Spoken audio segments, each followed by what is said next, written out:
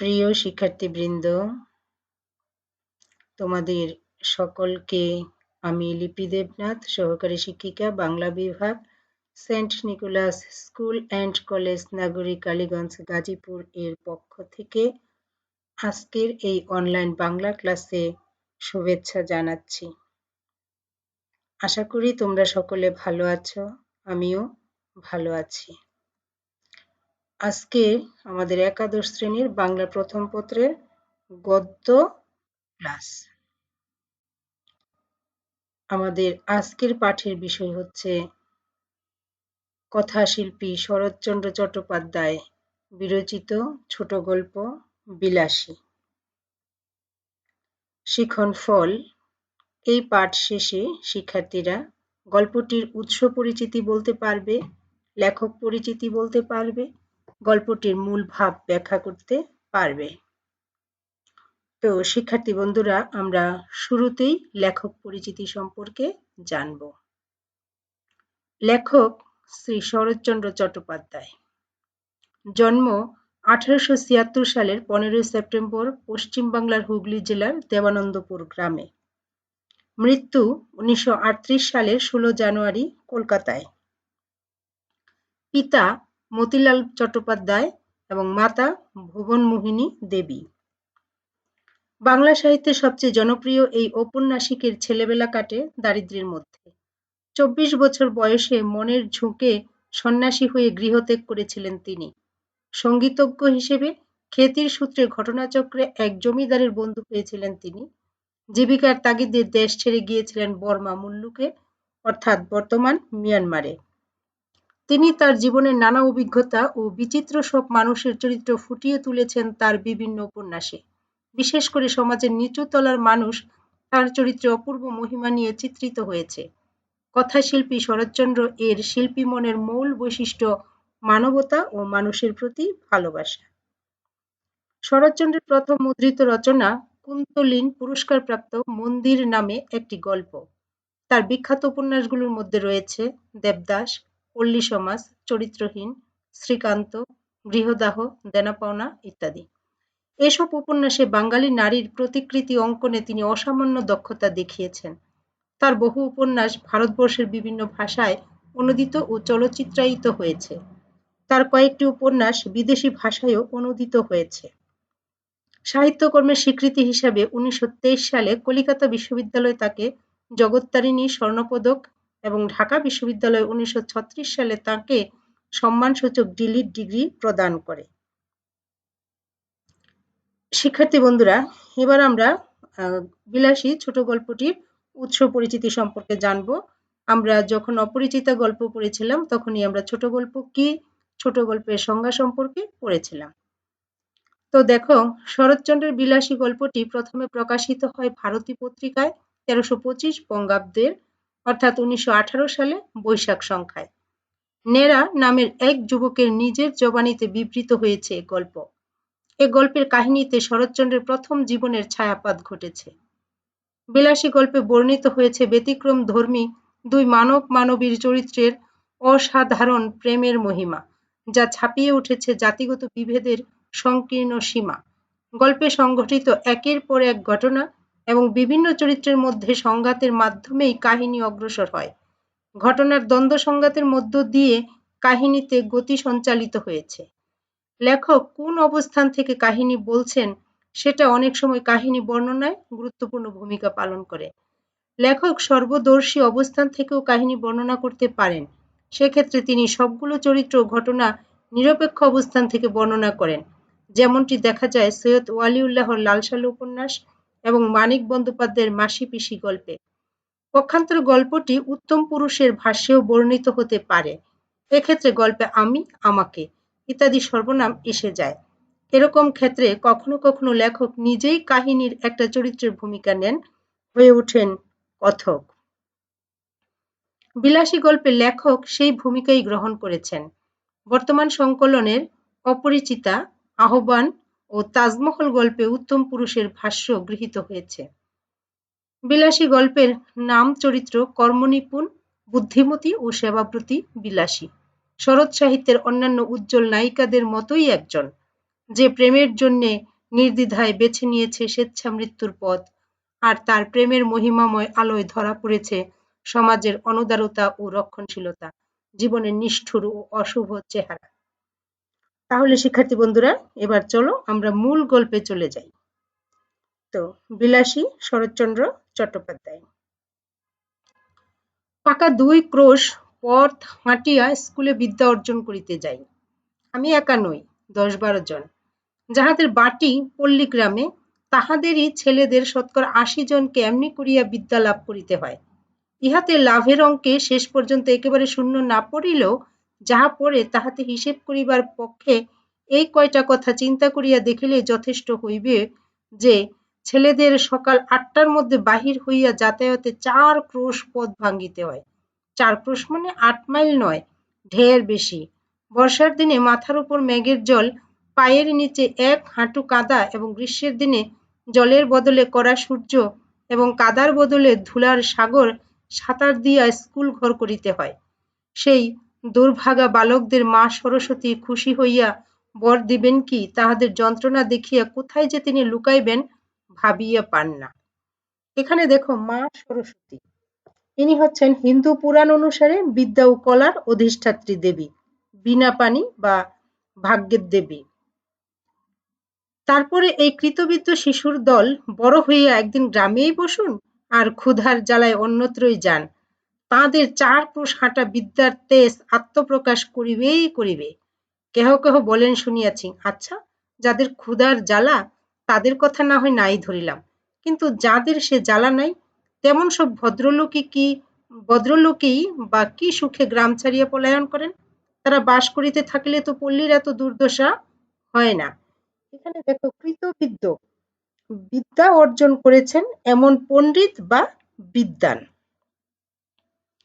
ম্যালেরিয়ার কথাটা না হয় নাই পারিলাম, সে থাক, কিন্তু ওই 4 ক্রোশ হাঁটার জ্বালায় কত ভদ্রলোককেই যে ছেলেপুলে লইয়া গ্রাম ছাড়িয়া শহরে পালান, তাদের সংখ্যা নাই। তারপরে একদিন ছেলেপুলের পড়াও শেষ হয় বটে, তখন কিন্তু শহরের সুখ সুবিধা রুচি লইয়া আর গ্রামে ফিরিয়া আসা চলে না। কিন্তু থাক এ সকল বাজে কথা। স্কুলে যাই, 2 ক্রোশের মধ্যে এমন আরো 2-3 খানা গ্রাম পার হইতে হয়। কার বাগানে আম পাকিতে শুরু করিয়াছে, কোন বনে বৈচি ফল অপর্যাপ্ত ফলিয়াছে, কার গাছে কাঁঠাল এই পাকিল বলিয়া, কার মর্দমান রম্বার কাঁদি কাটিয়া লইবার অপেক্ষা মাত্র, কার কানাচে ঝোপের মধ্যে আনারসের গায়ে রং ধরিয়াছে, কার পুকুর পাড়ের খেজুর মেথি কাটিয়া খাইলে ধরা পড়িবার সম্ভাবনা অল্প, এইসব খবর লইতেই সময় যায়। কিন্তু আসলে যা বিদ্যা, কামস্কার রাজধানীর নাম কি এবং সাইবেরিয়ার খনির মধ্যে রূপা মেলে না সোনা মেলে, এ সকল দরকারি তথ্য অবগত হইবার ফুসরতি মেলে না। এখানে দেখো বৈচি, বৈচি হচ্ছে কাঁটাযুক্ত একরকম ছোট গাছ ও তার ফল। রম্বার কাদি মানে হচ্ছে কলার ছড়া। কানাচ ঘরের পিছন দিককার লাগোয়া জায়গা। আর খেজুর মেথি খেজুর গাছের মাথার কাছের নরম মিষ্টি অংশ। কামস্কাটকা প্রকৃত উচ্চারণে কামচাটকা, রাশিয়ার অন্তর্গত সাইবেরিয়ার উত্তর পূর্বে অবস্থিত একটি উপদ্বীপ। এর দক্ষিণ পশ্চিমে উকটক সাগর ও উত্তর পূর্বে বেরিং সাগর। উপদ্বীপটি পার্বত্য, তুন্দ্রা ও বনময়। বহু উষ্ণ প্রসবন ও 17টি জীবন্ত আগ্নেয়গিরি আছে এখানে। প্রচুর স্যামন মাছ পাওয়া যায় বলে দ্বীপটি স্যামন মাছের দেশ নামে পরিচিত। রাজধানী শহরের নাম পেত্রোপাভলোভস্ক। আর সাইবেরিয়া এশিয়ার উত্তরে রাশিয়ার অন্তর্ভুক্ত এশিয়ার উত্তরাঞ্চলের বিস্তীর্ণ ভূভাগ। এশিয়া মহাদেশের 1/3 অঞ্চল এর মধ্যে পড়েছে। তুন্দ্রা সরলবর্গীয় বৃক্ষের অরণ্য, স্টেপ তৃণভূমি ও পৃথিবীর গভীরতম হ্রদ বৈকাল এখানে অবস্থিত। পৃথিবীর দীর্ঘতম রেলপথ ট্রান্স সাইবেরিয়ান চালু হওয়ার পর এখানে বহু শহর গড়ে উঠেছে। তো তারপর দেখো, কাজেই এক্সামিনের সময় এডেনকে জিজ্ঞাসা করিলে বলি পার্সিয়ার বন্দর, আর হুমায়ুনের বাপের নাম জানিতে চাহিলে লিখিয়া দিয়াসি তুগলক খাঁ, এবং 40-এর কোঠা পার হইয়াও দেখি ও সকল বিষয়ের ধারণা প্রায় একরকমই আছে। তারপরে প্রমোশনের দিন মুখ ভার করিয়া বাড়ি ফিরিয়া আসিয়া কখনো বা দল বাঁধিয়া মতলব করি মাস্টারকে ঠেঙ্গানো উচিত, কখনো বা ঠিক করি অমন বিশ্রী স্কুল ছাড়িয়া দেওয়াই কর্তব্য। আচ্ছা, এখানে দেখো এডেন। এডেন হচ্ছে লোহিত সাগর ও আরব সাগরের প্রবেশ পথে আরব দেশের দক্ষিণ পশ্চিমে অবস্থিত বিখ্যাত বন্দর, সামুদ্রিক লবণ তৈরির জন্য বিখ্যাত। আর পার্সিয়া, পারস্য বা ইরান দেশ। হুমায়ুন মুঘল সাম্রাজ্যের প্রতিষ্ঠাতা বাবরের পুত্র এবং দ্বিতীয় মোগল সম্রাট। তিনি মোগল সম্রাট আকবরের পিতা। তুগলক খাঁ, ভারতবর্ষের ইতিহাসে তুগলক খাঁ নামে কোনো সম্রাট ছিলেন না। ইতিহাসে যে তিনজন বিখ্যাত তুগলক সম্রাটের নাম পাওয়া যায় তারা হলেন গিয়াসউদ্দিন তুগলক, মুহাম্মদ তুগলক ও ফিরোজ তুগলক। 40-এর কোঠা, এখানে 40 থেকে 49 পর্যন্ত বয়স সীমাকে বোঝানো হয়েছে। আমাদের গ্রামের একটি ছেলের সঙ্গে মাঝে মধ্যে স্কুলের পথে দেখা হইত। তাহার নাম মৃত্যুঞ্জয়। আমাদের চেয়ে সে বয়সে অনেক বড়, 3rd ক্লাসে পড়িত। কবে সে যে প্রথম 3rd ক্লাসে উঠিয়াছিল এ খবর আমরা কেহই জানিতাম না। সম্ভবত তাহা প্রত্নতাত্ত্বিকের গবেষণার বিষয়। আমরা কিন্তু তাহার ওই 3rd ক্লাসটাই চিরদিন দেখিয়া আসিয়াছি। 3rd ক্লাস মানে হচ্ছে বর্তমান 8ম শ্রেণী। সেকালে মাধ্যমিক শিক্ষার শ্রেণী হিসেব করা হতো উপর থেকে নিচের দিকে। 10ম শ্রেণী তখন ছিল 1st ক্লাস, 9ম শ্রেণী ছিল 2nd ক্লাস। আর প্রত্নতান্ত্রিক, পুরাতত্ত্ববিদ, প্রাচীন ধ্বংসাবশেষ, মুদ্রা, লিপি ইত্যাদি থেকে ঐতিহাসিক তথ্য নির্ণয়ের বিদ্যায় পণ্ডিত ব্যক্তি। তাহার 4th ক্লাসে ইতিহাসও কখনো শুনি নাই। 2nd ক্লাসে উঠিবার খবরও কখনো পাই নাই। মৃত্যুঞ্জয়ের বাপ মা ভাই বোন কেহই ছিল না। ছিল শুধু গ্রামের এক প্রান্তে একটা প্রকাণ্ড আম কাঁঠালের বাগান, আর তার মধ্যে একটা প্রকাণ্ড পুরো বাড়ি। আর ছিল এক জ্ঞাতি খুড়া। খুড়ার কাজ ছিল ভাইপুর নানাবিধ দুর্নাম রটনা করা। সে গাঁজা খায়, সে গুলি খায়, এমনই আরো কত কি। তার আরেকটা কাজ ছিল বলিয়া বেড়ানো ওই বাগানের অর্ধেকটা তার নিজের অংশ। নালিশ করিয়া দখল করার অপেক্ষা মাত্র। অবশ্য দখল একদিন তিনি পাইয়াছিলেন বটে, কিন্তু সে জেলা আদালতে নালিশ করিয়া নয়, উপরের আদালতের হুকুমে। কিন্তু সে কথা পরে হইবে। এখানে দেখো গুলি। গুলি মানে হচ্ছে আফিমের তৈরি একরকম মাদক যা বড়ির মতো গুলি পাকিয়ে ব্যবহার করা হয়। উপরের আদালতের হুকুমে মানে হচ্ছে স্রষ্টার আদেশে। মৃত্যুঞ্জয় নিজে রাঁধিয়া খাইত এবং আমের দিনে ওই আম বাগানটা জমা দিয়াই তাহার সারা বৎসরের খাওয়া পড়া চলিত এবং ভালো করিয়াই চলিত।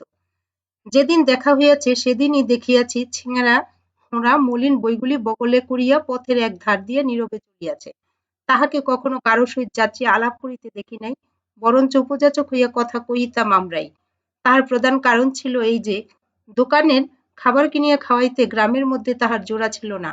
আর শুধু ছেলেরাই নয়, কত ছেলের বাপ কতবার যে গোপনে ছেলেকে দিয়া তাহার কাছে স্কুলের মাহিনা হারাইয়া গেছে, বই চুরি গেছে ইত্যাদি বলিয়া টাকা আদায় করিয়া লইত, তাহা বলিতে পারি না। কিন্তু ঋণ স্বীকার করা তো দূরের কথা। ছেলে তাহার সহিত একটা কথা কহিয়াছে, এ কথাও কোনো বাপ ভদ্র সমাজে কবুল করিতে চাইত না। গ্রামের মধ্যে মৃত্যুঞ্জয়ের ছিল এমনই সুনাম। এখানে এমনই সুনাম বলতে দুর্নাম বুঝাতে বিদ্রূপ করা হয়েছে। অনেক দিন মৃত্যুঞ্জয়ের দেখা নাই। একদিন শোনা গেল সে মরমর। আরেকদিন শোনা গেল মালুপাড়ার এক বুড়ো মালু তাহার চিকিৎসা করিয়া এবং তাহার মেয়ে বিলাসী সেবা করিয়া মৃত্যুঞ্জয়কে যমের মুখ হইতে এ যাত্রা ফিরিয়া আনিয়াছে। এখানে মালু এই গল্পে সাপের উঝা অর্থে ব্যবহৃত। সাধারণত এরা সাপ ধরে, সাপের কামড়ের চিকিৎসা ও সাপের খেলা দেখিয়ে জীবিকা নির্বাহ করে। তবে মালু বলতে এমন একটি সম্প্রদায়কেও বোঝায় যাদের পেশা মাছ ধরা। তো শিক্ষার্থী বন্ধুরা, আজ তাহলে এ পর্যন্তই। এরপর কি হলো তা না হয় পরের ক্লাসেই জানবো। সে পর্যন্ত সকলে নিজ বাসায় অবস্থান করো এবং নিরাপদে থাকো। একান্ত প্রয়োজনে ঘরের বাইরে গেলে অবশ্যই মাস্ক ব্যবহার করো এবং স্বাস্থ্যবিধি মেনে চলো। এই প্রত্যাশা নিয়ে আজকের মতো বিদায় নিচ্ছি। আবার কথা হবে, দেখা হবে। ভালো থাকো সবাই। ধন্যবাদ।